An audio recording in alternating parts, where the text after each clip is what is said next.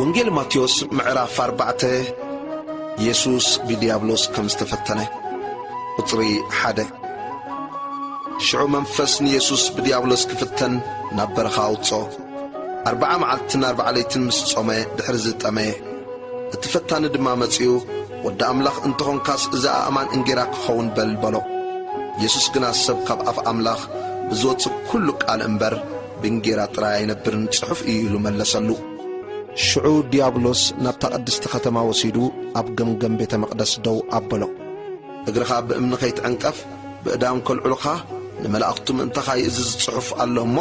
ወዲ አምላኽ እንተኾንካስ ብታሕቲ ገጽካ ጽደፍ በሎ ኢየሱስ ንእግዚአብሔር አምላክካ ይትፈታተኖ ድማ ጽሑፍ ኣሎ በሎ ዲያብሎስ ከም በሐድሽ ናብ ኣዝዩ ነዊሕ ከረን ወሲዱ መንግስታት ኩሉ ዓለምን ክብረተንን አርአዮሞ ፍግም ኢልካ እንተ ሰገድካለይ እዚ ኩሉ ክህበካ የበሎ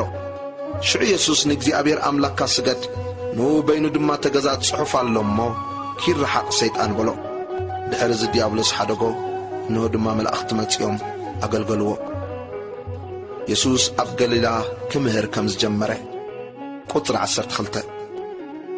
ኢየሱስ ማእሰርቲ ዮሐንስ ሰሚዑ ናብ ገሊላ ድሕር በለ ናዝሬት ሓዲጉ ድማ ኣብ ወሰን ዛብሎንን ንፍታሌምን ኣብ ጥቓ ባሕሪ ናብ ዘላ ቅፍርናሆም መጽኡ ተቐመጠ እቲ ብነቢይ ኢሳይያስ እተባህለ ክፍጸም ከምዚ ዝብል ምድሪ ዛብሎንን ምድሪ ንፍታሌምን መገዲ ባሕሪ ማዕዶ ዮርዳኖስ ገሊላ ኣሕዛብ ኣብ ጸልማ ዝነብር ህዝቢ ዓብዪ ብርሃን ረአየ ኣብ ዓዲ ሞትን ድኒኣን ንዝነብሩ ድማ ብርሃን ወጸሎም ኢየሱስ 4 ገፈፍቲ ዓሳ ከም ዝጸውዐ ቁጥሪ 17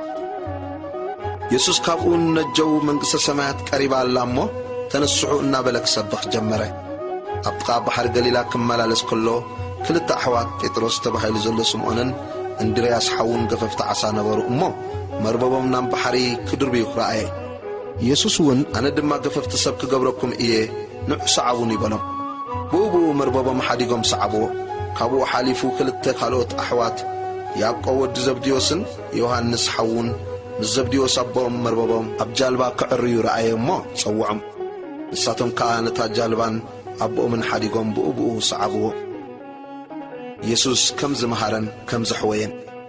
ቁጥሪ 23 ኢየሱስ ድማ ኣብ ኩላ ገሊላ ኣብ ቤት ጸሎቶም እናመሃረ ወንጌል መንግሥቱን እናሰበኸ ኩሉ ሕማምን ኣብ ህዝቢ ዘሎ ኩሉ ድናሰን እናሐወየ ይዘውር ነበረ ወሪኡውን ኣብ ኩላ ሶርያ ወፀ ንኩሎም ሕሙማት ከዓ በብዓይነቱ ሕማም ዘለዎምን ቃንዛን ኣጋንንቲ ዘለዎምን ሕማም ባርያ በብወርሒ ዝለዓሎምን መጻጓዓትን ናብኡ ኣምጽሉ ንሱ ድማ ኣሕወዮም ካብ ገሊላን ካብ 10 ዓድን ካብ ኢየሩሳሌምን ካብ ይሁዳን ካብ ማዕዶ ዮርዳኖስን ከዓ ብዙሓት ሰብ ሰዓብዎ